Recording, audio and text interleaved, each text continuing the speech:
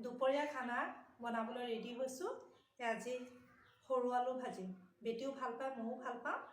আৰু তাৰপিছত দাংবডি আলু চব লৈ লৈছোঁ। আৰু তাৰপিছত মাছ আছে, সেই মাছৰ জোল কৰি দিম। মই যে কটাৰী দি সৰু আলু কাটিব নোৱাৰোঁ।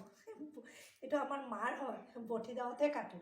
আৰু এইবোৰ যে কাটোতে মোৰ চাব নালাগে, নোচোৱাকৈ মই ধুনীয়াকৈ কাটিব পাৰোঁ আৰু খুব স্পীড হয়। বেটিয়ে কেতিয়াবা কয়, মম্মী তুমি ইমান স্পীড কাটা। মোৰ মাটো আৰু বেছি স্পীড কাটিছিলে। আজি এইখিনি বনাম, এইখিনি মই খাম। আপোনালোকে আজি দুপৰীয়া কোনে কি খাব কমেণ্টত জনাব। আজি এই ভিডিঅ'টোৱে দিছোঁ আপোনালোকক। ভালকৈ থাকিব।